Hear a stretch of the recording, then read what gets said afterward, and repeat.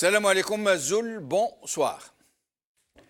Cette histoire de ce directeur de la culture qui qualifie de traître Abban Ramadan n'est pas un cas isolé.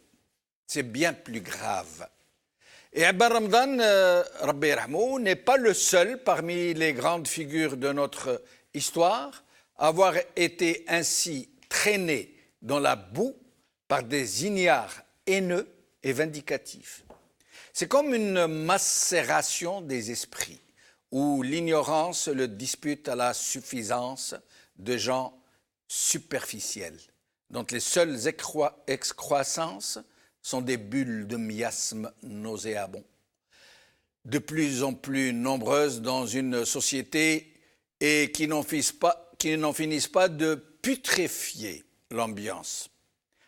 Et dans les faits, sur la cohésion sociale, sur l'unité des Algériens, en ces temps cruciaux où tout un peuple tente de se libérer de l'étreinte mortelle de prédateurs dans la pire des armes et de semer la haine, justement, entre les enfants d'un même pays.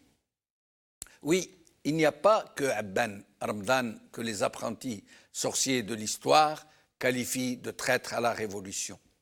D'autres personnages, parmi les plus illustres, nos plus illustres prédécesseurs, qui ont marqué de leur empreinte l'histoire humaine, sont eux aussi traînés dans le caniveau, stigmatisés, leurs actions déformées, les vicissitudes qu'ils ont vécues outrancièrement sorties de leur contexte historique.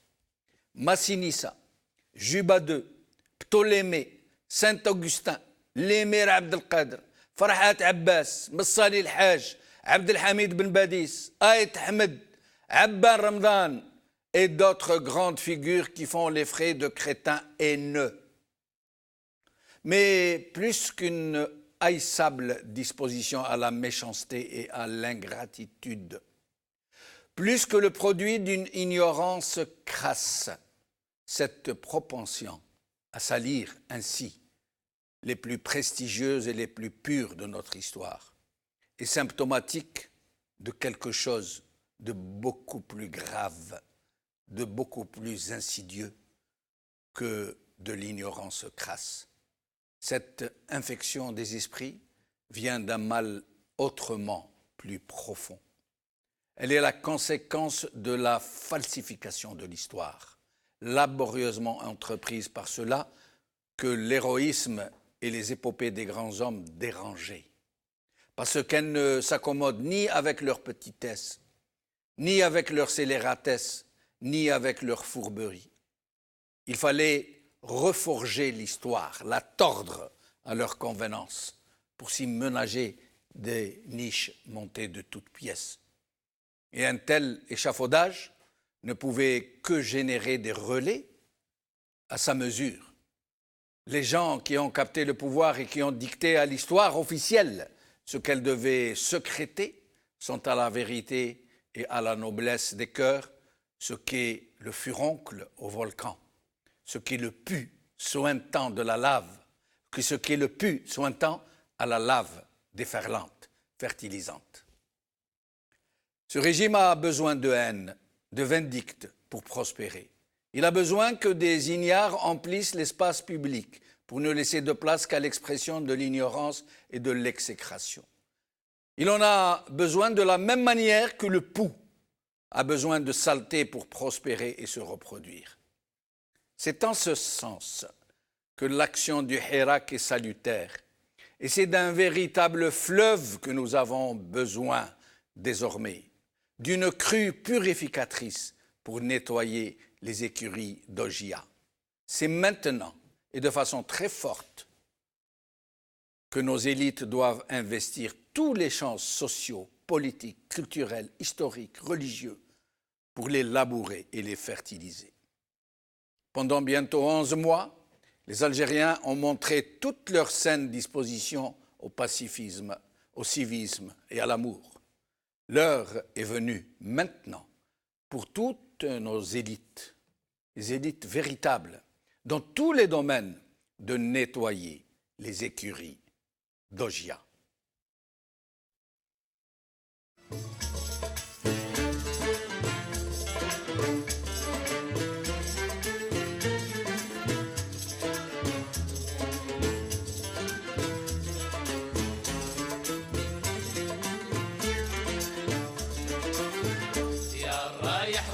مسافر تروح تعيا وتولي شحال ندموا العباد الغافلين قبلك وقبلي يا رايح وين مسافر تروح تعيا وتولي شحال ندموا العباد الغافلين قبلك وقبلي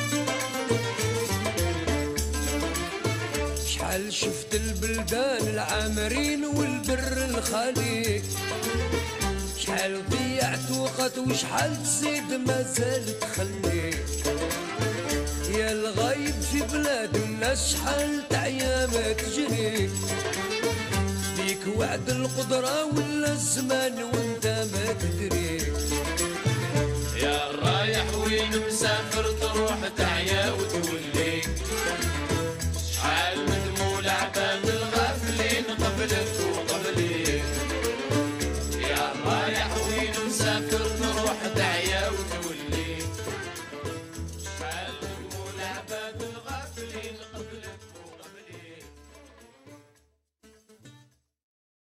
Algérie, Vox Populi, Vox Dei. C'est le titre de notre émission d'aujourd'hui et pour en parler, j'ai ici avec moi Saïd Aknin, militant des droits de l'homme. Saïd, merci d'être avec nous. Merci Djemeldine pour l'invitation. Merci. Karim Naïtou Slimane, militant politique. Karim, merci d'être avec nous. Merci Djemeldine de l'invitation. Bonsoir Saïd et puis bonsoir à tous les invités et téléspectateurs. Merci. Alors, Zoubida Assoul va nous rejoindre tout à l'heure pour participer avec nous. Zoubida Assoul qui est avocate, présidente de l'UCP. Alors, mes chers amis, si nous commencions donc d'abord par cette, j'allais dire, épidémie d'exécration de gens qui accusent de grands hommes historiques, politiciens, grands hommes qui ont marqué l'histoire de traîtres. J'ai cité quelques noms tout à l'heure. Et j'avoue que ça, moi, personnellement, je ne l'ai vu nulle part.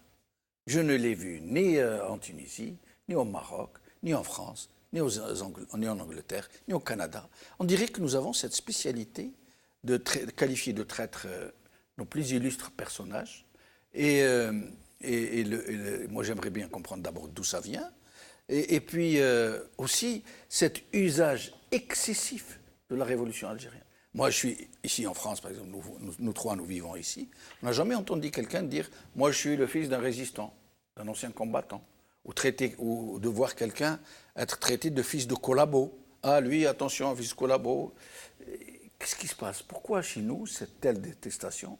Pourquoi cet usage excessif de la révolution algérienne comme d'un fonds de commerce pour les uns et contre les autres? C'est à vous. Bonsoir Karim. Bonsoir téléspectateurs. Vous savez, quand la haine, elle veut s'exprimer, elle puise dans les eaux nauséabondes. N'oublions pas que ce même régime tire ses racines d'une violence et de plusieurs violences.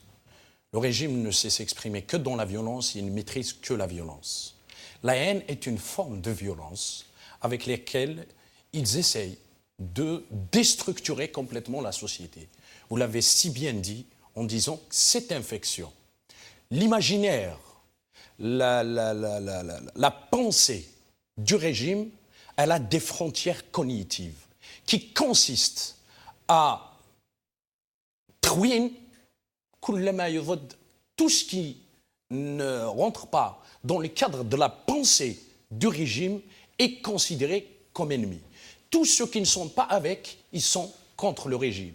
Et de cela que découle toute une littérature et tout un comportement allant jusqu'à essayer Vous savez, le régime est voyou. Il a tout fait pour clochardiser la société. Le régime est corrompu. Il a tout fait pour démocratiser la corruption. Le régime n'est pas dans l'histoire, il est en dehors de l'histoire. Il essaye de faire sortir l'Algérie, la patrie, et le digne peuple algérien de l'histoire. Le régime est en déconfiture avancée. Et il essaye de créer une pandémie de déconfiture à travers un certain nombre d'instrumentalisations. Le régime à instrumentalisation de l'histoire a commencé par, d'abord, l'assassinat d'Abban Ramadan, qui a été titré par la presse une année après qu'il était mort au champ d'honneur. Par le Moujahid. Le Moujahid. Ce régime même avait fait titrer dans un organe de presse que le traître Aït Ahmed fut capturé. Alger républicain, je crois.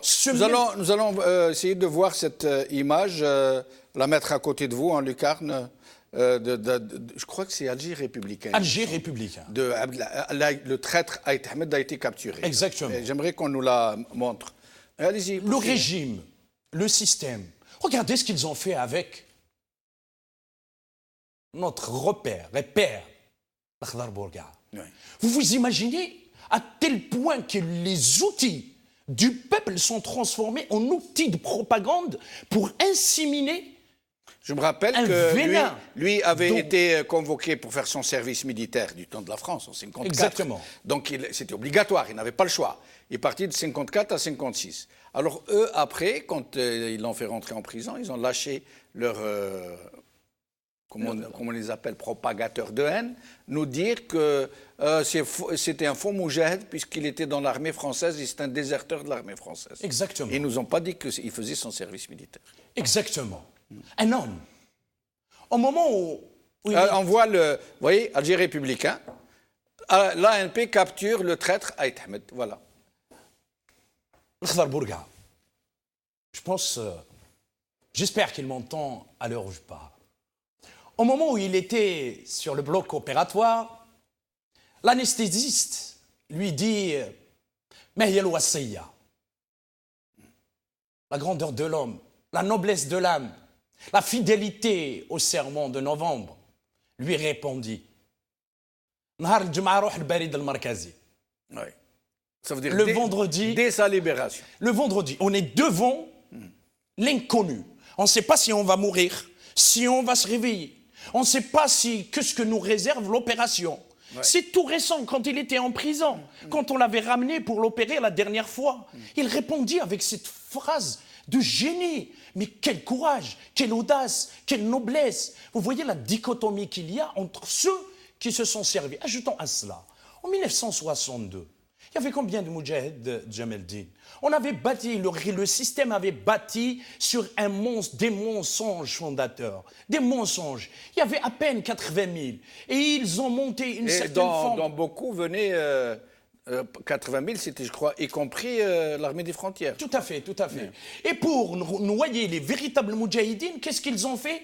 Ils ont créé une pandémie de faux moudjahidines allant jusqu'à un certain nombre de régions, leur disant vous avez fait la guerre, plus que les autres. La compétition entre les uns et les autres. Entre les régions. Exactement. Ouais. Et tout ça pour inciter les vrais moudjahidines à témoigner pour de faux moudjahidines. Tout à fait. Pour que telle région, ils allaient voir une région et lui disaient « Touma dertu thora » ou « Ghalbatkoum une région qui les m'a dertu thora » etc. L'instrumentalisation de l'histoire est un levier que le système... C'est à partir de là qu'a commencé à naître cette propension à le tkhouin, comme ils disent. Exactement. L'instrumentalisation de l'histoire, allant jusqu'à faire de cette histoire la résurgence destructive dans le passé, la résurgence dans les traumatismes sociaux, instrumentalisé pour le système, pour éviter à la société à ce qu'elle soit apaisée, à ce qu'elle puisse non seulement construire, avoir une certaine forme de clarté dans la vue et une certaine forme de dépassionnement de tout ce qui nous est arrivé, de tout ce que nous vivons, pour pouvoir construire d'une façon pacifique la cité et avoir un projet de convivialité et de vivre ensemble. Le régime est violent, il a fait de l'histoire, de la mémoire, du quotidien des Algériens une source de violence. C'est pour ça que la source de la haine, c'est le système. Les mécanismes d'utilisation de la haine, c'est les mécanismes de propagande, à savoir les journaux, à savoir la télévision. Et les véhicules sociaux sont soit ceux qui sont dans l'organique du régime ou la périphérie du régime. Vous savez, Chomsky, dans son livre « La propagande », il a traité justement, parfois, du langage social. Comment qu'à un certain moment, ceux qui veulent intégrer les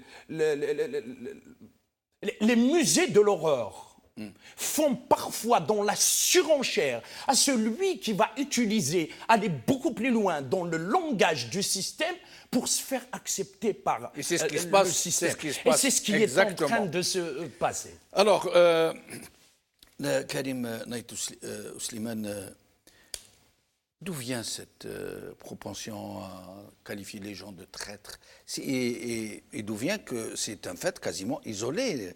Nous ne connaissons pas de cas similaires dans les autres pays.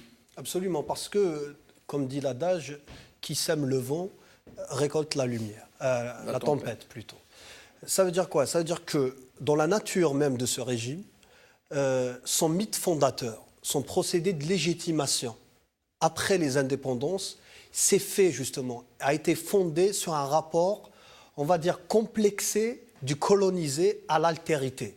C'est-à-dire l'autre de l'Algérie, après l'indépendance, comme déjà le procédé d'accaparation du pouvoir n'a pas été légitime, on sait très bien que c'est l'armée des frontières. Donc, sachant qu'il n'avait pas la légitimité du peuple, et c'est pour ça que 58 ans après, on parle encore de légitimité, on reproche encore à Abdelmajid Tebboune l'absence de légitimité. Donc, comme dès le départ, la légitimité populaire n'a pas été respectée, le pouvoir, pour se légitimer, le procédé de légitimation politique, il l'a fondé sur un mythe fondateur de rapport, pas sur un projet, c'est-à-dire la construction, le départ de l'État algérien n'a pas été lancé sur un projet civilisationnel. Je vous donne des exemples. Par exemple, on voit par exemple la France, c'est l'esprit français qui, à travers les siècles, s'impose. L'Allemagne, pareil, c'est l'esprit allemand, la rigueur allemande, la philosophie allemande. L'Europe, le cartésianisme. On voit la même chose aux États-Unis, American Dream. Le rêve américain, tout le monde peut réussir, c'est des principes moteurs de la civilisation. En Algérie, c'était un mythe fondateur fondé sur le rapport négatif à l'ancienne puissance coloniale. C'est de là que tout est parti déjà, et je dirais que tout est mal parti. Pourquoi? Parce que l'histoire, la guerre de libération, la guerre d'indépendance a été instrumentalisée par la suite avec tout un procédé. Par exemple, vous avez les procédés de diabolisation, d'exclusion, mais toujours fondé sur un rapport négatif à la binarité, à l'altérité binaire, c'est-à-dire nous et l'autre. Et pour nous, l'autre, c'est qui? L'autre, déjà, c'était la France, la puissance coloniale. Et donc, à partir de là, l'État algérien, ceux qui ont tenu le pouvoir, les généraux qui ont tenu le pouvoir, se sont imposés comme des pères protecteurs. C'est-à-dire qu'ils disent au peuple, nous, déjà ils ont omis de dire que c'était le peuple qui a combattu pour son indépendance, donc ils se sont dit que c'était eux, c'était les Zouama, on voit leurs portraits partout avec des cigares, avec des costumes, alors qu'en face, ils ont cultivé l'image du fellah. L'Algérien, quand on regarde la littérature officielle, il a été toujours présenté comme le fellah, le fils de peuple, alors que eux, par rapport au peuple algérien, se sont posés comme des zouama, des gens qui tiennent le pouvoir et des pères de la nation. C'est ça le rapport au paternalisme. Quel est l'intérêt, par exemple, d'accuser, je vais donner un exemple, l'émir Abdelkader. L'émir Abdelkader qui a combattu 17 ans durant. Mais et qui a tellement souffert, qui a été trahi par tout le monde. C'est lui qui a été trahi. Qui a été lâché par tout le monde, à qui on n'a pas laissé d'autre choix que de se rendre, En fait, qui a passé des années en prison, château d'Ambroise, Bien sûr. et puis qui a été finalement autorisé à partir en Syrie, et qu'aujourd'hui on qualifie de traître. Pourquoi? Parce qu'il porte des médailles dont personne ne dit que ces médailles ne sont pas des médailles qui lui ont été accordées. En fait, c'est des médailles qui lui ont été accordées parce qu'il avait sauvé des chrétiens de Syrie. Voilà. Et puis tous les pays du monde, Angleterre, États-Unis, la France. Même le pape. Même Même la reine d'Angleterre, exactement. même le président américain lui ont offert des médailles. C'est par reconnaissance, Oui. c'est par reconnaissance et par mérite. Pour sa tolérance, lui sa le tolérance, musulman, oui, lui bien le, sûr. le grand émir Tout à fait, qui a tout à sauvé fait, des vies humaines. Aujourd'hui on dit non, c'est un traître. D'abord parce qu'il s'est rendu alors qu'il n'avait pas le choix. Ensuite parce qu'il a des médailles de la France. Et l'histoire officielle laisse faire, laisse dire. Et l'intérêt, il est là justement. Oui. Et c'est pour ça maintenant, par exemple, on s'attaque à Aben, demain on s'attaquera à un autre. Il y a quelques mois, c'était Ali Lapointe. C'était Après, Ben Badis. C'était Ben Badis, c'est bon, à chaque fois. En fait, l'intérêt, il est où? C'est ça, en fait. L'intérêt, c'est dans la culture de l'émotionnel. Vous savez, il y a une théorie en sciences politiques qui s'appelle, elle a été étudiée dans les années 2000, qui s'appelle la théorie de la jeune fille.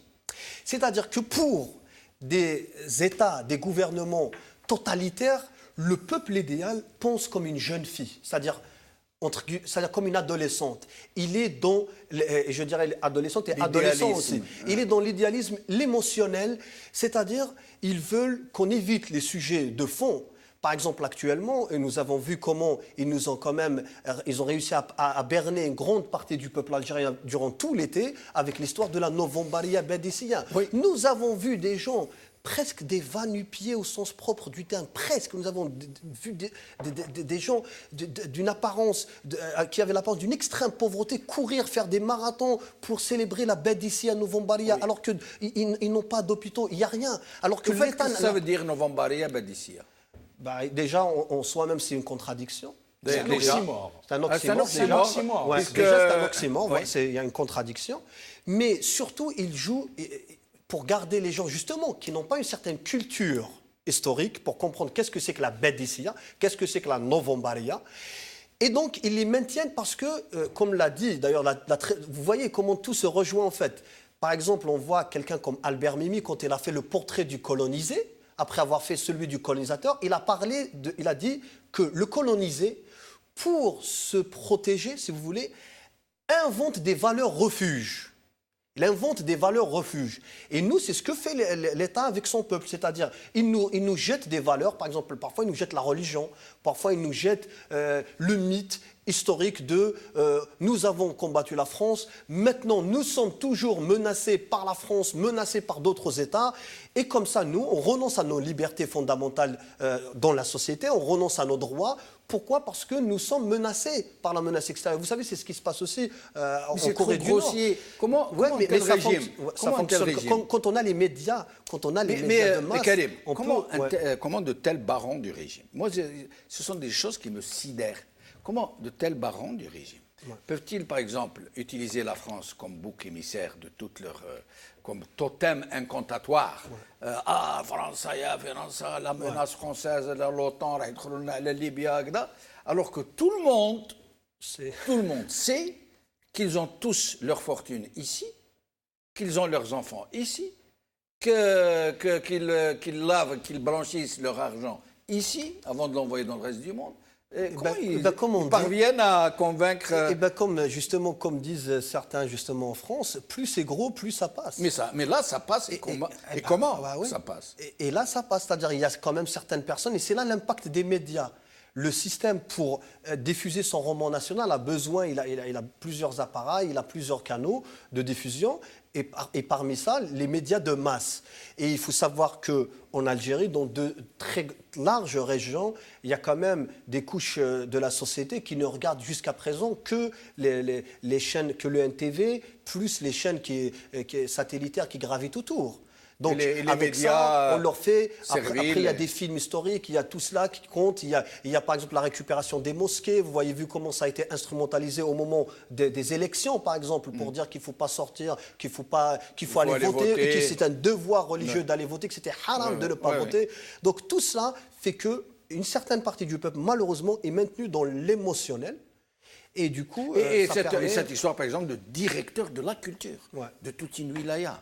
qui arrive comme ça et qui dit Abba Ramadan est un traître. Qui est aussi un proche parent de Mihoubi. Oui, c'est ce qu'on nous dit. Mais ça veut dire, ils se sont tellement autorisés à le faire, c'est parce qu'il est dans un bain.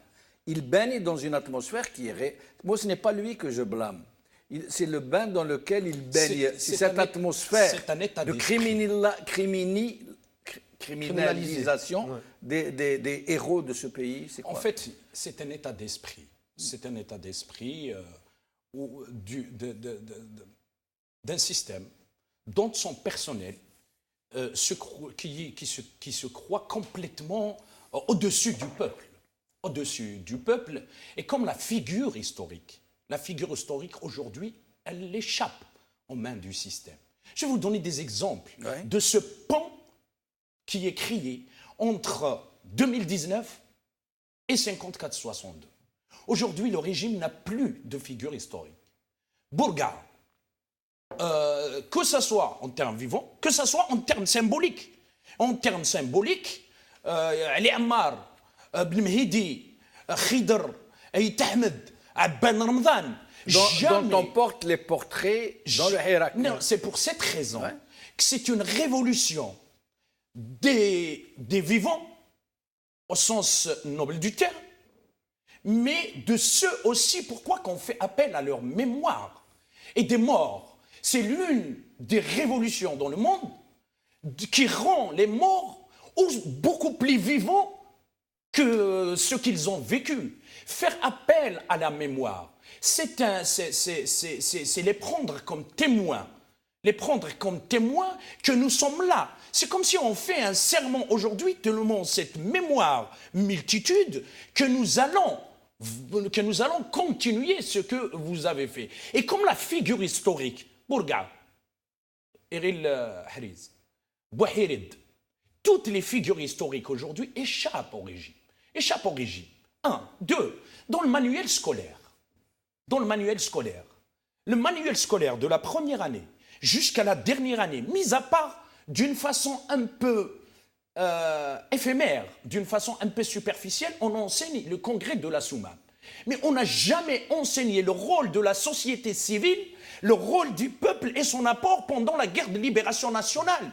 Et ça, c'est un travail qu'un ami a fait sur l'histoire. Moi-même, j'en ai fait à un certain moment pour savoir comment est-ce qu'on nous enseignait dans ce manuel. L'instrumentalisation de l'histoire pour justement alimenter ce système binaire, mais au-delà de ça, c'est la construction des domaines d'obéissance.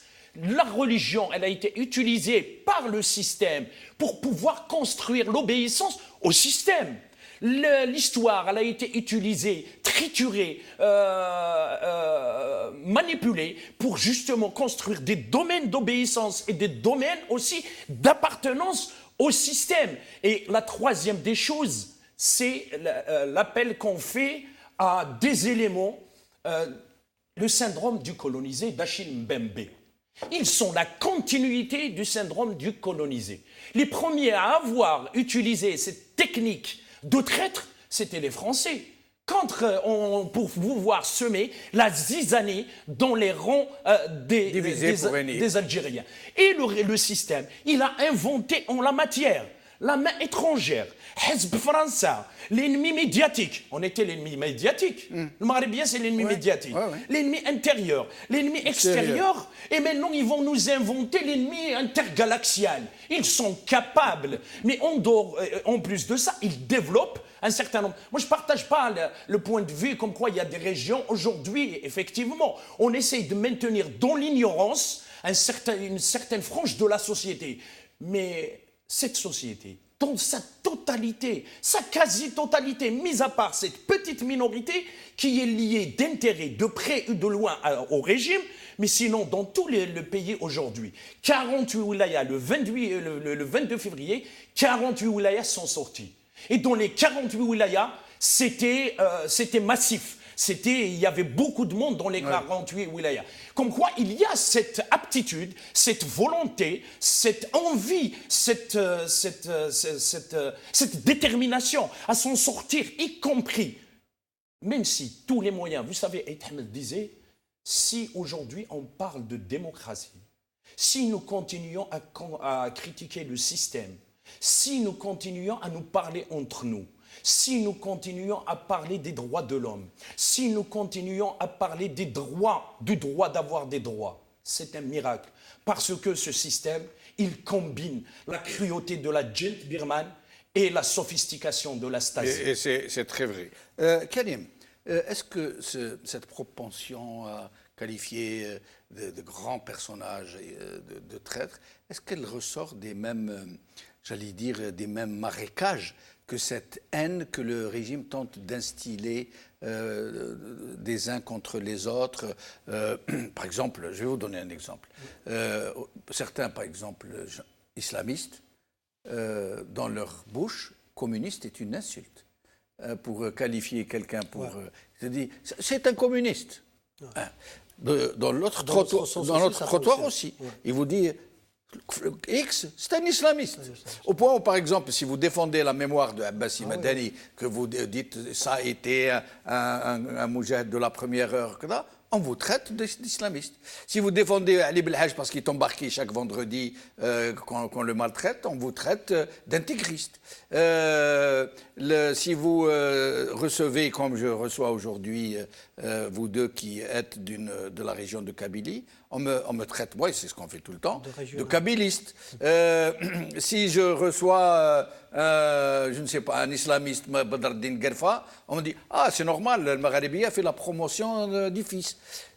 Ça veut dire qu'on est dans ça jusqu'au cou. Mais tout à fait. Mais de quoi ça relève? Quel est le diagnostic? Ça relève déjà, comme vous avez dit tout à l'heure, tout simplement du diviser pour régner. Parce que ça, c'est la plus vieille méthode, mais ça fonctionne très bien. Ce n'est pas que le régime, ce sont des relais qui souvent ne sont pas avec le régime. Mais au contraire, c'est là en fait En fait, les relais qui gravitent autour du régime, c'est le régime qui les a fabriqués. C'est pour ça que nous, on dit Même s'ils donnent l'impression qu'ils sont contre lui? Même s'ils donnent l'impression, et parfois même tout en étant contre lui, réellement, oui, de bonne intention. Absolument. De bonne intention, oui. Tout en étant contre lui, mais parfois ils reproduisent le même schéma de pensée. À leur insu de leur propre gré? Oui, parce qu'il y a quand même ce qu'on appelle l'habitus. Ils ont été formés. Ils ont tellement intériorisé des procédés de pensée, d'exclusion. Je vous ai dit un rapport à l'altérité, et ça c'est très important dans notre société.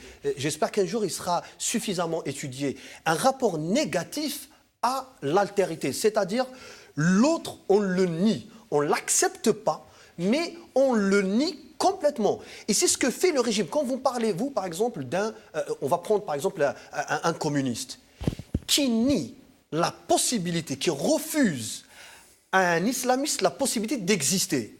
Ou, quand on voit inversement un islamiste nier à un communiste la possibilité d'exister, ça c'est problématique. Ça c'est un grand problème de société et ça ne sert que le régime. Pourquoi? Parce que le régime, qu'est-ce qu'il dit? Il dit, je suis le père de la nation, il se place dans une position paternaliste.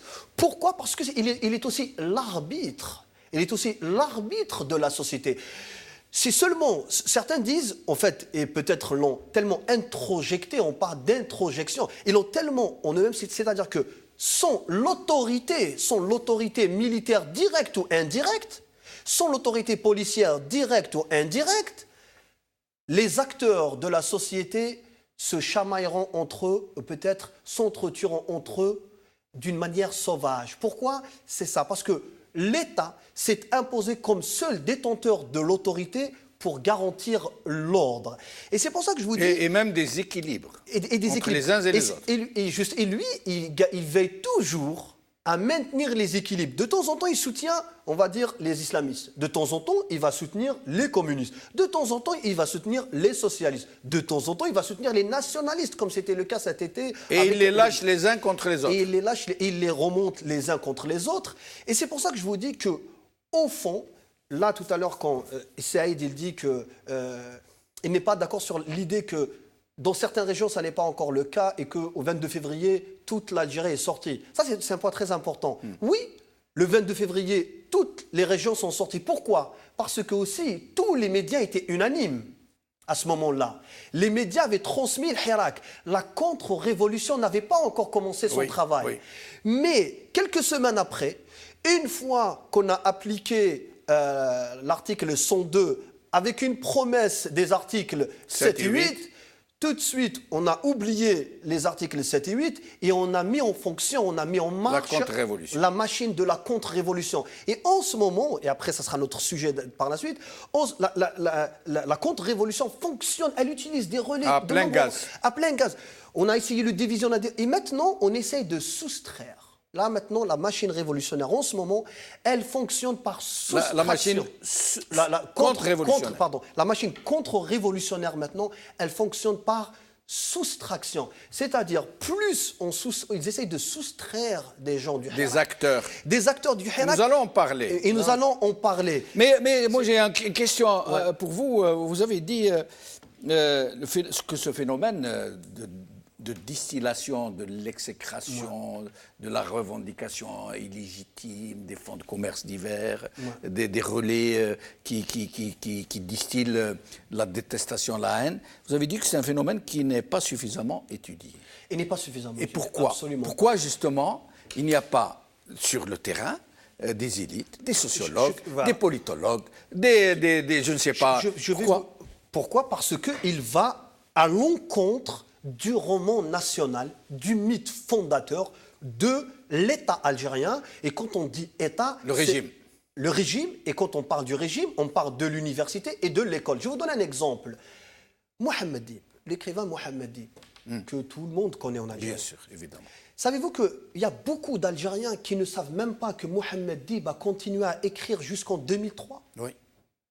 Tout le monde, beaucoup de personnes peut-être qui ne sont pas versées dans la littérature, croient que Mohamed Dib a arrêté d'écrire après le Hariq, après l'incendie, la grande maison, le métier à tisser. La trilogie, la fameuse trilogie. La fameuse trilogie. Pourquoi? Parce que Mohamed Dib, par exemple, en 62, le lendemain de l'indépendance... Il est tout aussitôt rentré en Algérie. Voilà. Et on lui a fait subir l'enfer. Pourquoi? Parce qu'ils avaient peur que son premier roman, post-indépendance, s'appelle Qui se souvient de la mer?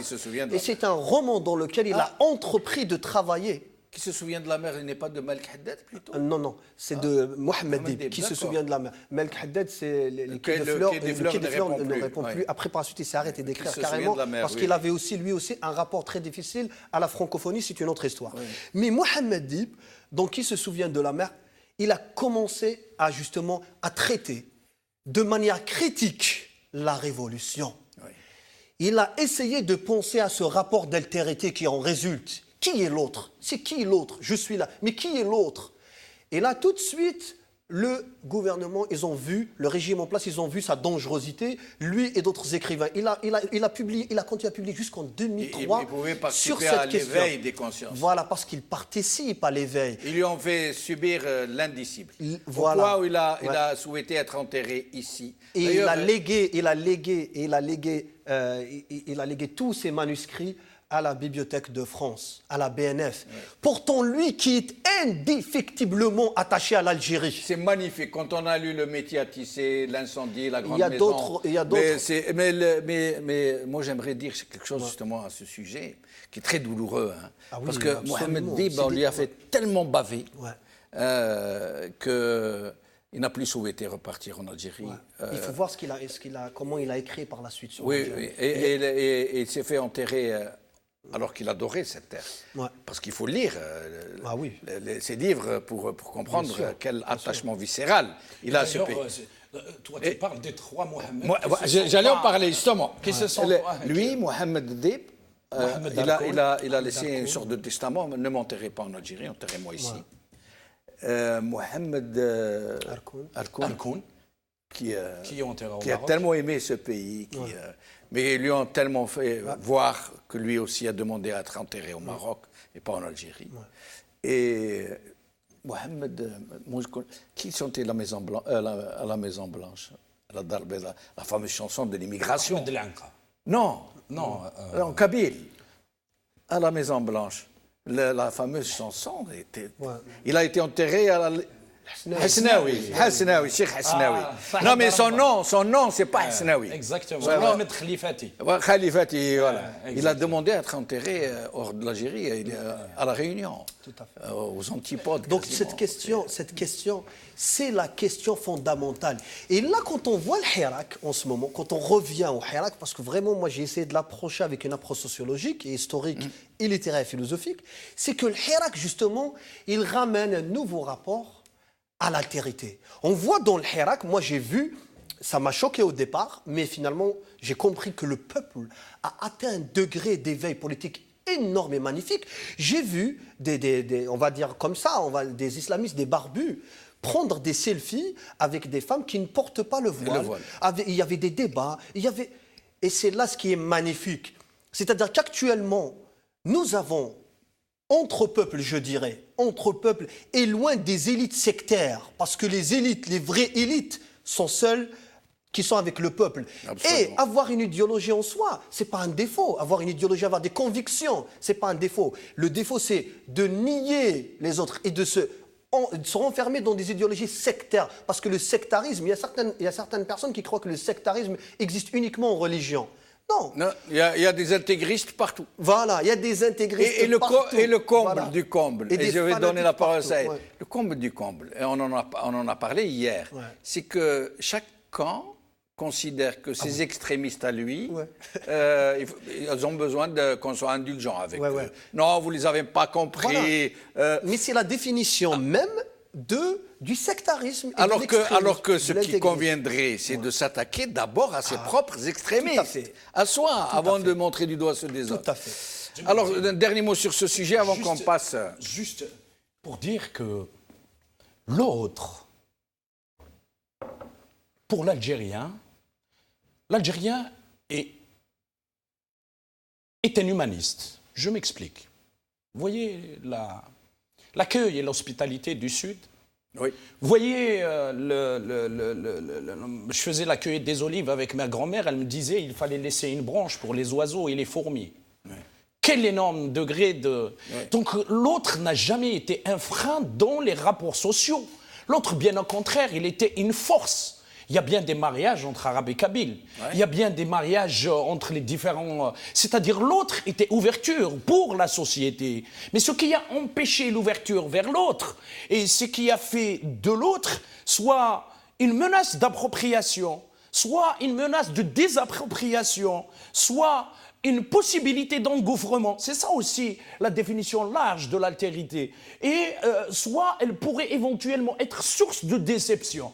C'est le système qui a construit tout ça là dans la société. Parce que l'être algérien, Mais il est-ce est que bâti... ce n'est pas non plus... L'être algérien, le peuple algérien, il est bâti dans la douleur, Djamaldine. Oui. Effectivement, c'était contre la colonisation française. Mais le peuple algérien, il a bien compris, c'était une légitime défense. Une légitime défense. Mais ne rentrons pas, n'acceptons pas non plus le syndrome du colonisé au nom de l'acceptation de l'autre. L'autre, c'est qui? C'est Oui, moi mais- d'abord. Vous n'avez pas Mais- compris ce que je veux Non, j'ai compris ce que tu veux dire, Karim. J'ai compris, hein, je mettais juste de l'eau, j'essaie Ouais, juste de renforcer l'argumentaire. Mais c'est-à-dire, il y a un autre qui est bâti dans la société. Il y a un autre qu'on ne veut pas qu'il soit bâti, qui l'empêche d'être une opérance sociale par le système.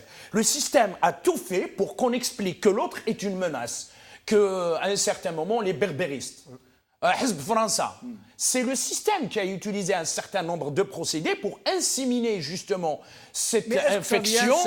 Est-ce que ça vient seulement du système? Est-ce que le trauma ne remonte pas à beaucoup plus loin? Est-ce que nous ne souffrons pas de traumatismes qui viennent de...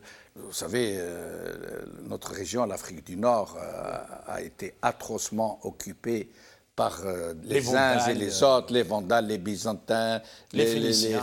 les Phéniciens encore un petit peu. Hein, Oui, c'était les surtout Romains. Les Romains, les Turcs, les Français, même pour certains les Arabes qui considèrent que c'était une occupation. Bon, mais c'est un autre sujet. Mais est-ce que ça ne vient pas de ces traumas-là? Je vais vous donner un exemple, même s'il va prêter un peu à rire. L'âne, l'hamar. L'âne, à mon avis, c'est l'animal le plus admirable de la création. sobre, patient, travailleur. Sans lui, il n'y aurait pas eu de civilisation. Toutes les grandes civilisations, égyptiennes, romaines, grecques, c'est l'âne qui a permis de construire. Sans l'âne, on n'aurait rien pu faire. اليوم الناس كيهضروا مع على واحد يقول لك خي حمار يا أخي. Par contre, le lion, qui lui est un prédateur, il n'apporte rien, il ne donne rien, il fait que dévorer les autres. Quand il a faim, il va se servir, il mange des vies.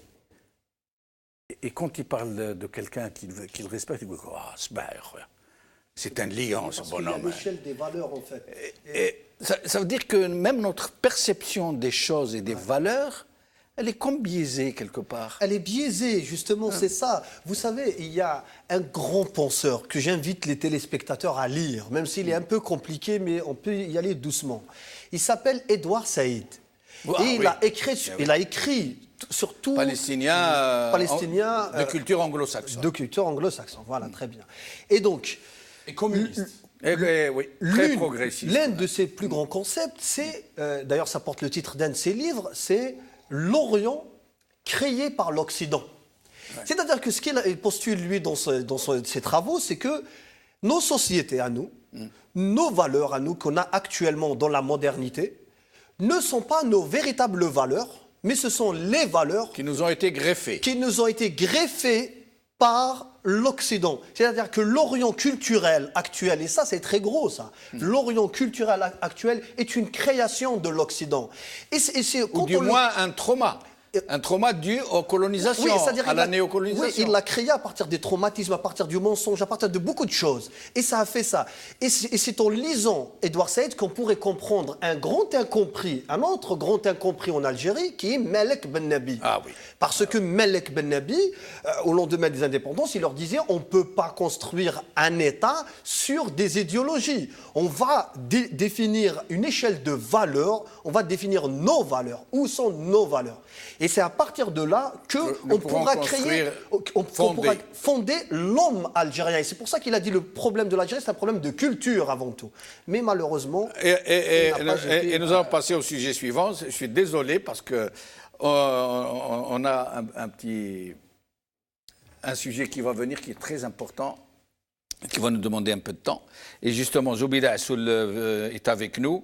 Zoubida Assoul, vous êtes avocate, présidente de l'UCP. Merci d'être avec nous.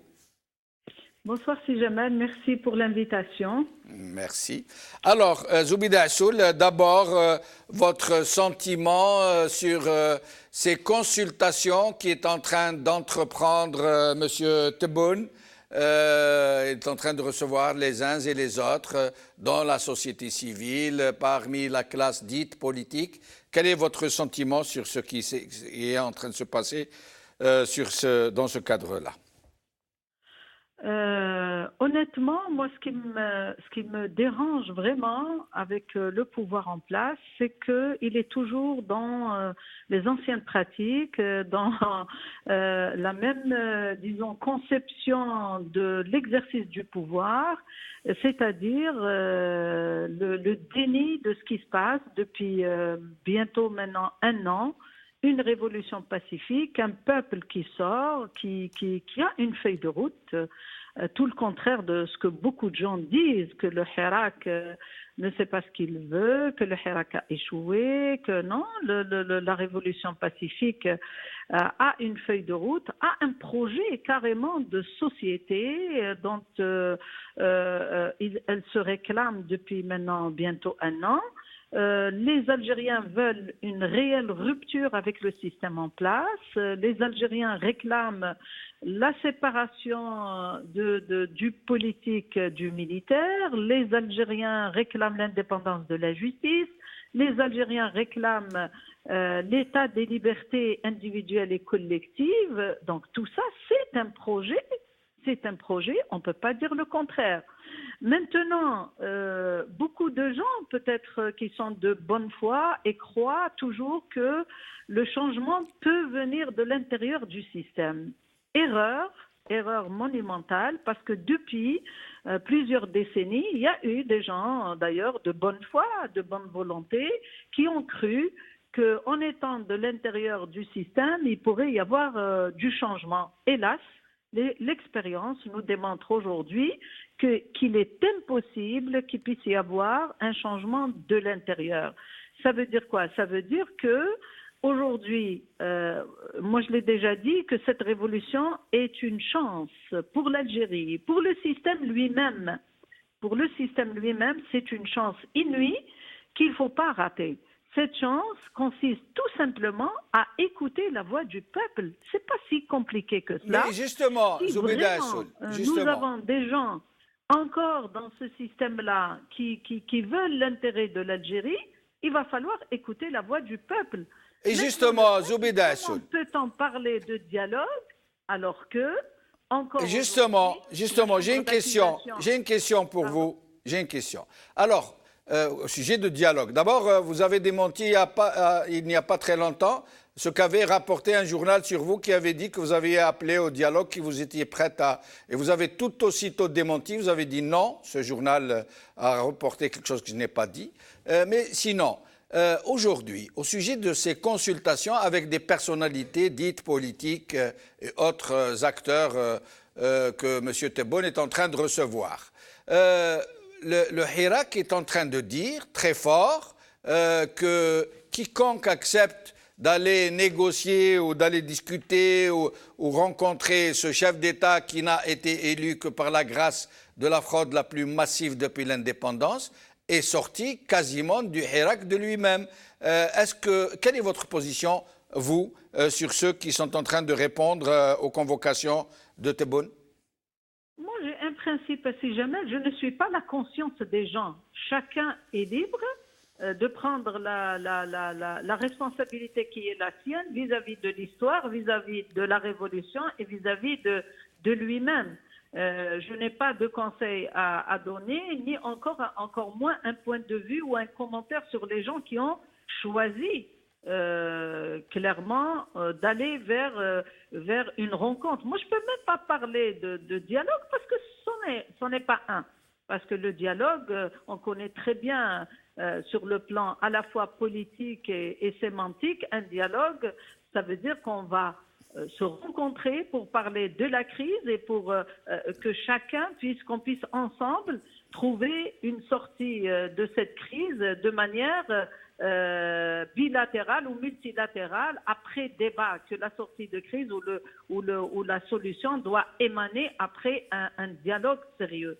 Or, ce n'est pas le cas parce que le pouvoir en place a sa feuille de route et moi je l'avais déjà dit auparavant que nous sommes toujours dans la feuille de route de Bouteflika Abdelaziz. Nous sommes toujours dans l'approche unilatérale du nouveau locataire de Mouradia. C'est lui qui décide d'amender la Constitution et il confie cette tâche à une commission d'experts sans diminuer de la qualité des uns et des autres. Mais c'est déjà une manœuvre qui n'est pas du tout honnête, ni sur le plan politique, encore moins sur le plan de la crise que vit le pays et vis-à-vis de ce peuple. Parce que la crise est éminemment politique, cette crise politique, et il faudrait d'abord lui trouver une solution politique. Et le dialogue doit venir avant. Et si M. Tebboune vous appelle pour vous dire qu'il souhaiterait vous voir pour discuter avec vous? Pardon, c'est Jamel. Ce qui est important, moi toujours, ce qui m'intéresse, c'est l'Algérie et le peuple algérien qui sort depuis bientôt un an. Les individus que nous sommes, aujourd'hui nous sommes là, demain on ne sera plus. Et on a des expériences qu'on a vécues tout récemment. Nul n'est indispensable, nul n'est éternel. Donc aujourd'hui, ce qui est intéressant, c'est que la Constitution est un texte éminemment politique. Ce n'est pas l'habillage technique et juridique, et je vous parle en connaissance de cause, puisque moi-même au sein du parti de l'UCP, quand il y a eu les consultations en 2014, j'ai remis au nom de l'UCP une constitution entière. Rien n'a été pris de cette constitution. C'est vous dire à quel point on a été échaudé par le pouvoir.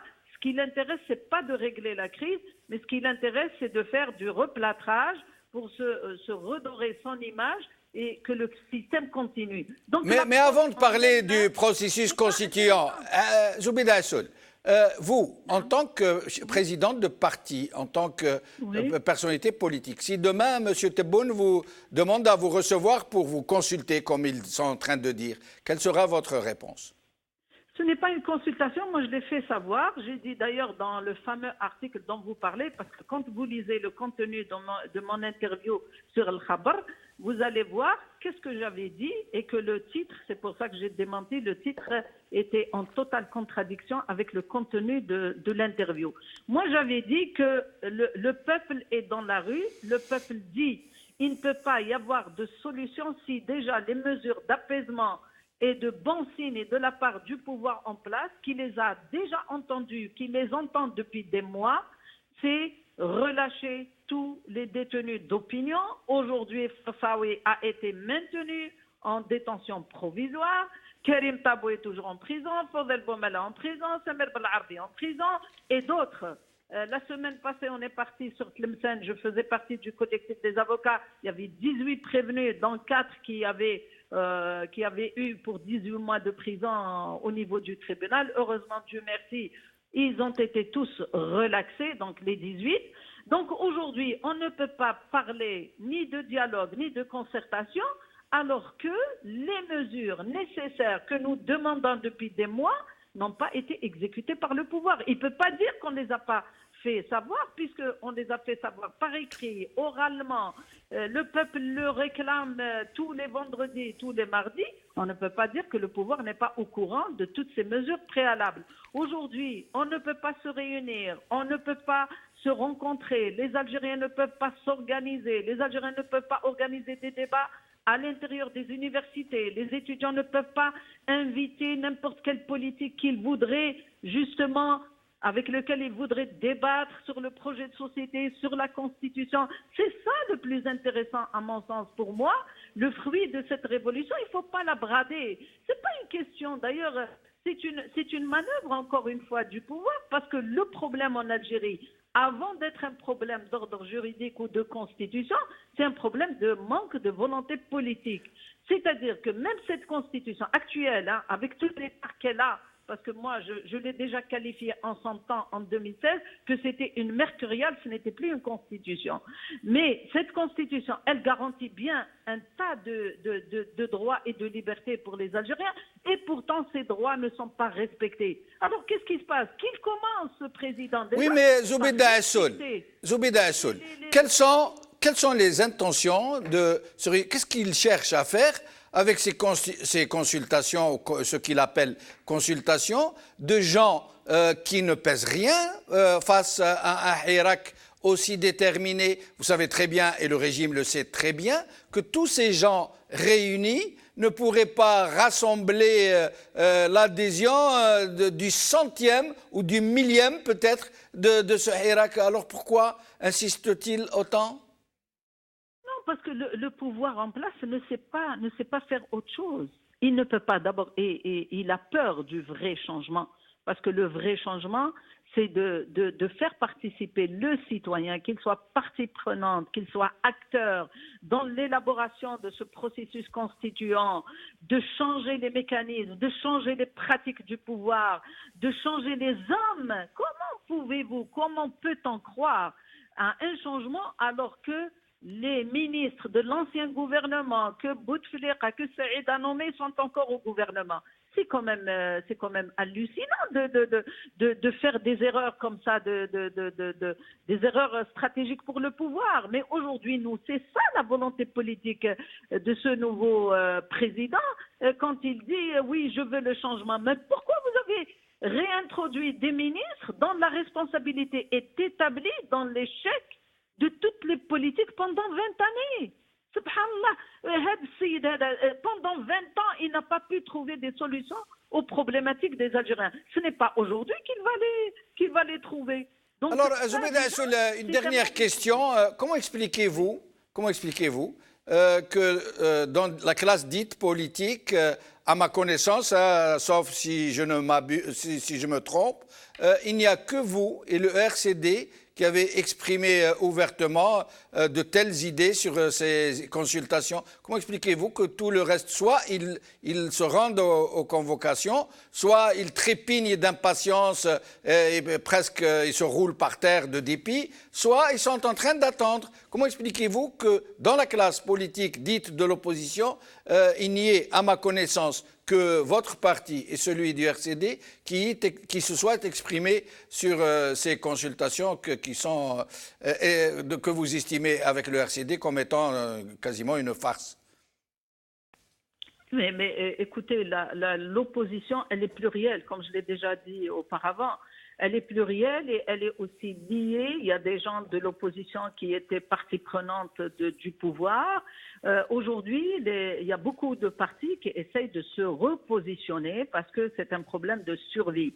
Moi, personnellement, au niveau de l'UCP, bien qu'on n'a jamais été ni dans le gouvernement, ni dans le Parlement, on n'a participé à aucune élection, parce qu'on savait depuis le départ que la loi électorale a été faite sur mesure pour les partis du pouvoir et que l'opposition que nous sommes, les jeunes partis, ont été exclus d'office. Donc, on n'a jamais voulu participer à cette farce-là. Qu'aujourd'hui, moi, ce qui m'intéresse personnellement, c'est l'intérêt de l'Algérie. On ne peut pas brader cette révolution. Nous avons une chance inouïe qui peut-être ne se répétera pas d'ici peut-être les 50 prochaines années. On ne peut pas la brader. Le peuple aujourd'hui demande pacifiquement à ce qu'on aille vraiment vers une rupture avec ce système. Est-ce qu'on aille vers la construction de l'état de droit? Est-ce qu'on aille vers vraiment la transparence et la responsabilité des politiques? Est-ce qu'on aille vers une justice indépendante? Aujourd'hui, nous le vivons, nous, en tant qu'avocats ou les gens qui travaillent directement avec la justice le savent parfaitement. Et le pouvoir, tous les jours, il enfonce encore le couteau dans la plaie, puisque chaque fois, il prouve encore aux citoyens que la justice n'est pas indépendante, que c'est le pouvoir politique qui instrumentalise la justice. Donc, on ne peut pas aujourd'hui parler, moi, si j'ai un choix à faire entre mon parti ou une élection et l'Algérie, mon choix est vite fait, c'est l'Algérie. Donc, je ne peux pas tourner le dos en tant que chef de parti à ce peuple qui sort pour la première fois pour réclamer haut et fort sa volonté de rompre définitivement avec ce système et d'aller vers la construction d'un État, des institutions. On sort du pouvoir personnel, du pouvoir des clans, du pouvoir de l'argent, du pouvoir de la prédation, etc. On ne peut pas tourner le dos. Maintenant, Merci. chacun prend ses responsabilités devant l'histoire et devant le peuple. Merci Zoubida Assoul, au plaisir de vous revoir bientôt dans cette émission, Inch'Allah. Merci beaucoup. Alors, mes chers amis, avant de commenter ce que vient de nous dire Zoubida Assoul, et que je considère comme vraiment quelque chose d'assez salutaire. nous allons parler. Avant, j'aimerais d'abord présenter mes condoléances, celles d'El Magharibiya, celles de tous mes collègues, à la famille du jeune Youba Salhi, l'un des plus jeunes militants du Hirak, décédé d'une crise cardiaque que nous voyons ici. Youba Salhi, voilà, de Khenchla, توفى ربي يرحمه قدموا كل تعازياتنا للعائلة البركة في راسهم ربي يرحمه وربي يأتيهم بالصبر إن شاء الله. J'aimerais aussi parler, comme vient de le faire Zoubida Assoul, de ces détenus politiques. Il n'y a pas d'autre mot pour les qualifier, que le régime est en train de monnayer. C'est une monnaie d'échange. Et les gens qui vont le voir, M. Tebboune, il parle de les libérer comme si c'était Zama, Jabou Saïd Menoudnou, comme on dit nous, hein, grande victoire, alors qu'en fait, ils sont en train de nous démontrer que la justice attend les injonctions que va lui donner l'exécutif, comme on dit, si tant est que les pouvoirs sont séparés. J'aimerais aussi parler, parce que nous parlons souvent des détenus qui sont très connus, Boumala, Karim Tabou, Samir Blarbi et les autres du Hirak. On ne parle pas de Nkez suffisamment, qui lui aussi a été incarcéré. On ne parle pas du général Rderi, dont on ne sait même pas pourquoi il a été vraiment incarcéré. Et moi, pourquoi j'en parle aujourd'hui? Parce qu'il a eu une une attitude tellement honorable que ça m'a interpellé. Il a déclaré, il a dit moi, je n'accepte pas d'être libéré si on ne me réhabilite pas dans mon honneur. Et moi, j'ai vraiment apprécié. J'ai apprécié, et donc c'est pour ça que j'en parle aujourd'hui. Galmaka. Ne me parlez pas de me libérer, ne me faites pas de chantage. Moi, je préfère rester en prison si je dois être libéré comme un vaurien, comme un malfaiteur. Moi, je n'ai rien fait. Je veux être réhabilité avant de sortir de prison. Et c'est très bien, je trouve. Alors, d'abord, sur la déclaration de Mme Zoubida Assoul. Moi, personnellement, je la trouve claire et directe et sans embâche. Elle refuse, si j'ai bien compris. Oui, moi aussi, c'est ce que j'ai compris. Elle refuse d'être convoquée, comme on dit. D'être convoquée, voilà. Et qu'elle choisit le parti du peuple, du Hirak. Clairement, elle l'a dit clairement. Il y a le RCD aussi qui a fait une déclaration similaire, et le RCD très forte. aussi a fait une déclaration dans ce sens. C'est très bien, parce que nous, parfois, quand on critique les partis politiques, vous savez très bien qu'on ne les critique pas pour les critiquer. Bien sûr, on évidemment. critique quand on voit les défauts, mais quand on voit quelque chose qui va dans le sens du Hirak, c'est très bien, et même nous saluons cela. Et je crois que ça va, si d'autres partis se comporteraient de la sorte, ça va vraiment accélérer les choses. Ah oui. Pourquoi ? Parce que si on lit politiquement maintenant, si vous voulez une lecture politique de ce que fait avec les négociations, pourquoi il convoque les Sofiane et Djilali et comparses, pourquoi ? Parce que le régime maintenant a, comme on a dit, la contre-révolution maintenant fonctionne par soustraction. Par soustraction, ils veulent soutirer le maximum de personnes du Hirak, maximum de monde, pour par la suite reprendre leur légitimité. Et prochaine étape, elle ne sera pas de mettre des hirakistes aussi ? Mais attendez, regardez ce qu'ils vont faire pour reprendre un peu il me semble, ce qu'ils sont en train de faire pour reprendre leur légitimité. Parce que là, le roi est nu quand même, et tout le monde le sait, à l'intérieur et à l'extérieur. Donc là, ce qu'ils ont fait, déjà, ils ont créé des problèmes. Ils ont créé la violence. La violence, vous savez, la violence policière, les fermetures des routes, les jours des manifestations, les arrestations, tout cela. La haine. J'y arrive, oui. Le discours de haine, la haine. Ils ont créé l'injustice, c'est-à-dire de simples hirakistes ou de militants se retrouvent en prison pour rien, parce qu'ils ont participé à des marches. Au milieu de millions d'Algériens, alors que sans emprisonner tous les millions, mais ont choisi quelques-uns, parfois au hasard, parfois pour leur influence. Et le vide constitutionnel aussi. Ils ont dit, voilà, ils ont créé le vide constitutionnel quand ils ont prolongé Ben Salah, quand ils nous ont imposé une autorité d'organisation des élections et de surveillance qui n'est pas constitutionnelle. Ils ont créé tout ça. Ils nous ont créé tous ces problèmes. Maintenant, ils viennent avec des solutions, des fausses solutions à des faux problèmes qu'ils ont créés eux-mêmes. Par exemple, là, on voit pour l'injustice, ils disent, on libère les détenus. Et comme si le Hirak demande, comme si c'était le Hirak qui est parti pour libérer les détenus. Non, libérer les détenus n'est pas la revendication principale du Hirak. Le Hirak veut changer de système, veut une nouvelle Algérie. Il y a des détenus parce qu'il y a eu Hirak. Parce qu'il y a eu Hirak. Et c'est pas l'inverse. Il n'y a pas eu des détenus auparavant et que le Hirak s'est levé pour les libérer. Donc, la violence aussi, ils disent qu'on est en train de parler avec Tebboune et apparemment il est très bien disposé pour lever un peu les violences policières, les contraintes, les blocus. Et tout cela. Donc ils nous proposent des solutions. Pour le vide constitutionnel, ils disent carrément on vous offre une nouvelle constitution. Ouais. Carrément. Donc, alors que l'actuelle n'est pas respectée. Voilà, alors que l'actuelle n'est pas respectée, n'a jamais été respectée, mais on nous offre carrément une autre. Donc c'est très bien. Et pour le discours de haine, on dit qu'il y aura même une loi spécifique pour le discours incitant à la haine. Pour pénaliser. Et donc là, ce que fait le régime, c'est très bien que ces solutions sont limite humoristiques. Mais qu'est-ce qu'il fait pour reprendre sa légitimité ? Il passe d'abord par des personnalités secondaires, politiques secondaires, qui n'ont aucune influence sur le Hirak. Ou alors déconnectées. Déconnectées ou dans certains cas même discréditées, sans aucun crédit auprès du peuple. Il les prend pour un pseudo-dialogue ou des pseudo-négociations dans lesquelles ces héros fabriqués vont exiger des solutions à ces faux problèmes. Voilà. Et que le gouvernement va finir par accorder sous la contrainte de ces faux héros, soi-disant. Et ces faux opposants et ces faux partis d'opposition vont venir par la suite dire « écoutez, on a été dialogué et on a ramené tout ça ».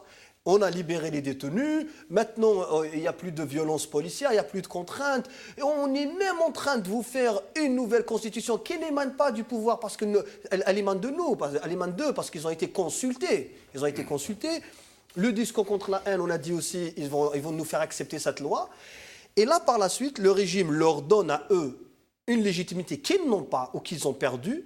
Et eux, par la suite, ils vont lui renvoyer la balle, ils vont le rendre légitime, parce que au monde entier, on va vendre le fait mais que... après, est-ce que parce qu'eux, on sait Après, qu'ils ne passent pas, ouais. est-ce qu'ils ne Mais- vont pas mais c'est servir pour de ça que- trame pour préparer l'avènement de hirakistes qui vont parvenir à démobiliser? Ils ont déjà récupéré... Certains hirakistes se retrouvent au gouvernement. Oui. N'oubliez pas le secrétaire d'État à la cinématographie. Oui. C'était quelqu'un quand même qui était actif dans les manifestations. C'est pour ça que je vous dis que ça fonctionne par soustraction. Comment? Une fois qu'on aura cette fausse opposition qui va offrir une légitimité inespérée pour ce régime, par la suite, il y aura une partie du Hirak qui va être, entre guillemets, dégoûtée. Mais, Complètement. pardon, je vous Ouais. interromps. Mais moi, ce que je suis en train de comprendre, c'est vrai qu'il est en train d'agir par soustraction. Par soustraction. Tout Pour à fait. vider le Désespérer- Hirak. pour vider le Hirak de Mais son- moi, j'ai l'impression que c'est l'inverse qui est en train de se produire. Il est en train de vider le Hirak de tous ceux qui sont des points morts, en fait. De tous ceux qui pesaient, qui n'étaient pas vrais hirakistes, qui faisaient semblant et qui aujourd'hui se démasquent d'eux-mêmes et qui eux-mêmes se soustraient de Hirak et dont on va être débarrassé. Mais vous savez, dans le discours, il y a le discours connoté et le discours dénoté. En fait, eux, ils ne s'intéressent pas à ce que ça donne. Ça renvoie comme image directe. C'est bien sûr, le rebelle fonctionne.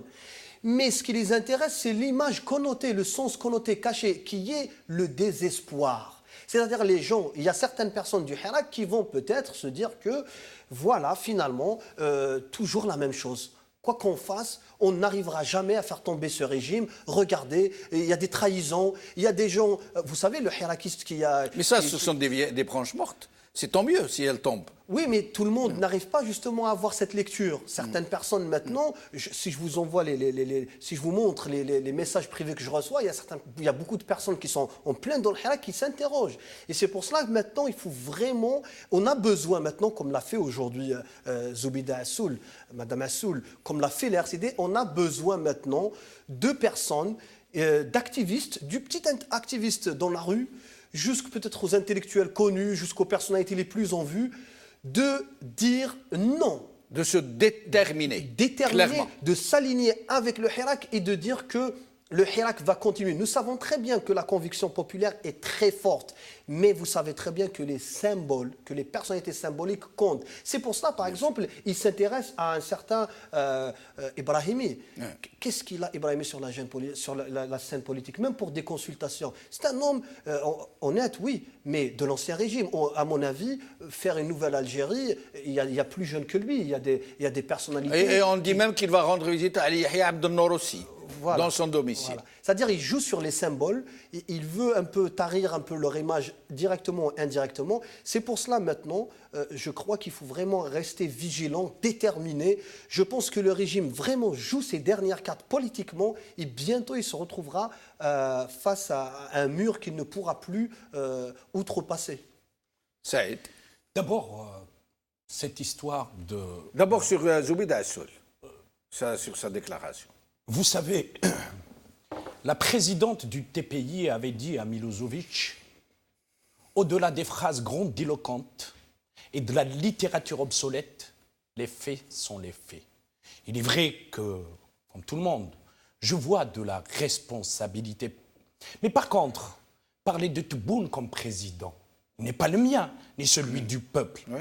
Utilisons le mot que nous souhaitons. Président Il ne l'est désigné. pas. Elle dit- Président. elle dit président désigné. Désigné. Moi, je n'ai pas entendu, je n'ai pas l'intention. Désigné, c'est le mot. Mais elle a qui pris sied. une position claire. Ce que je dis est ceci.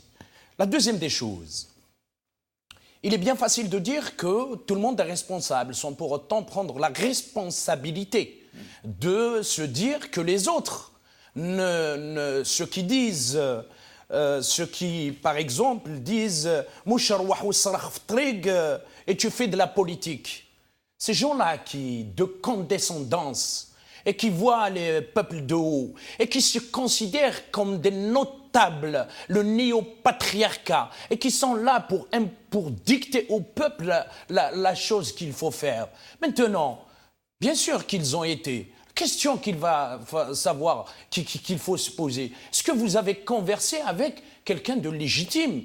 Qu'est-ce qu'il pourra faire maintenant? Il n'a aucune possibilité. Pourquoi que vous Mais parlez eux, ils vous disent, c'est ça la politique. Oui, mais c'est pas justement. C'est ça la politique. La politique sans éthique. C'est pas du romantisme, La politique du romanesque plutôt. La politique sans éthique, c'est ruine de l'âme. Il y a certains, effectivement, qui nous diront « Oui, la politique, ce n'est pas d'avoir des belles phrases. Oui, la politique, ce n'est pas de sortir avec des millions dans la rue. Oui, la politique, ils n'ont qu'à nous dire que la politique n'appartient au peuple, elle appartient simplement à une classe bien particulière, sur ce qu'on appelle l'élitisme en politique. La politique, vous savez, celui qui fait de la politique, au mieux, c'est l'agriculteur qui connaît la valeur de la terre. C'est le boulanger qui connaît la valeur de la baguette. C'est le maçon qui connaît la valeur du travail de la brique. C'est tout ça. Bien sûr que celui qui peut apporter de la littérature, de la philosophie, de l'histoire, on ne peut pas faire un monde tout seul. Mais aujourd'hui, nous sommes dans le temps de l'uqal. Et l'uqal, vous savez, c'est quoi? C'est celui qui a à la fois la connaissance de la vie, la sagesse de la vie et le savoir ouvert sur le monde. Ceux-là, bien sûr, qu'ils peuvent mépriser le peuple. Moi, ce que je n'aime pas dans leur façon de faire, c'est cette façon de mettre comme monnaie d'échange les détenus. Les détenus ne sont pas une monnaie d'échange. Nous sommes là pour libérer l'Algérie et non pas simplement pour libérer les détenus. Nous ne permettons à personne, à aucune personnalité, et je récuse le mot personnalité. C'est quoi la personnalité ? La personnalité, c'est celui qui tend la main à celui qui est par terre pour le soulever. La personnalité, ce n'est pas celui dont les médias ont construit une renommée. La personnalité, ce n'est pas celui qui sait écrire une déclaration. La personnalité, ce n'est pas celui qui sait manier le verbe. La personnalité, ce n'est pas celui qui va me parler de littérature ou de philosophie ou de gastronomie ou d'astronomie du matin jusqu'au soir. La personnalité, c'est celui qui est fidèle, qui est fait de fer dans le hirak. Il est là, il est dans le hirak. Il ne veut pas trahir et qui te dit la hiwar, la shiwar, rahil obligatoire. Et c'est celui qui te dit avec des termes très simples, et c'est celui qui te dit avec des termes très, très simples, système héros, et celui qui te dit avec des termes très simples, medaniya machi askaria. C'est ça pour moi la personnalité. Et si tu permets juste, il y a un autre point que je n'ai pas abordé, c'est celui de ce dialogue. Le peuple l'a dit. La hiwar, le shiwar, rahil obligatoire, le rôle du politique, c'est quoi? Ce n'est pas de venir au peuple et de lui dire voici la recette. C'est de traduire politiquement les aspirations du peuple. Voici le rôle du politique. Et la politique sans éthique, je le répète encore une fois, sans vérité, sans lien direct avec le peuple. La politique, ce n'est pas le mépris du peuple. La politique, ce n'est pas d'y aller de cautionner un illégitime, avec la théorie de la censure. Vous savez c'est quoi la théorie de la censure? La censure, en fait, c'est quand elle veut prendre un peu de sang et se coller à quelqu'un, elle prend du sang. Tebboune, c'est ce qu'il est en train de faire. Il croit à ceux qu'il appelle, ils ont un peu de légitimité et il va un peu absorber un peu de légitimité. Celui qui est actuellement, celui qui va accepter le dialogue avec Tebboune n'est pas légitime. Il ne sera jamais légitime. Et d'ailleurs, c'est des épiceries politiques. Merci Saïd Aknin, merci Karim Naïtou Slimane, merci Zoubida Assoul. Merci à vous, chers amis, de nous avoir suivis. Selmiya, Khawa, Qawa la khair. Vous voulez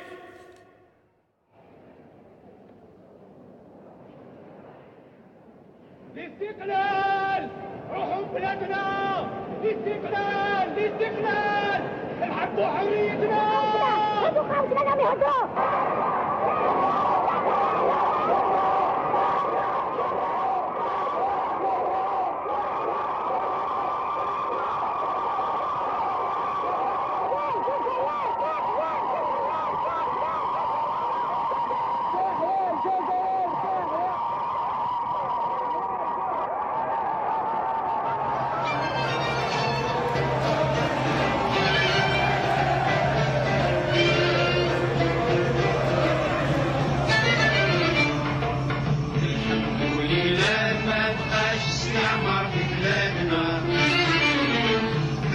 سيف الظلم في الحرب هلكوا الشجعان ضحى الرجال بالغيب والصحاب وجبالنا تحيا الجزائر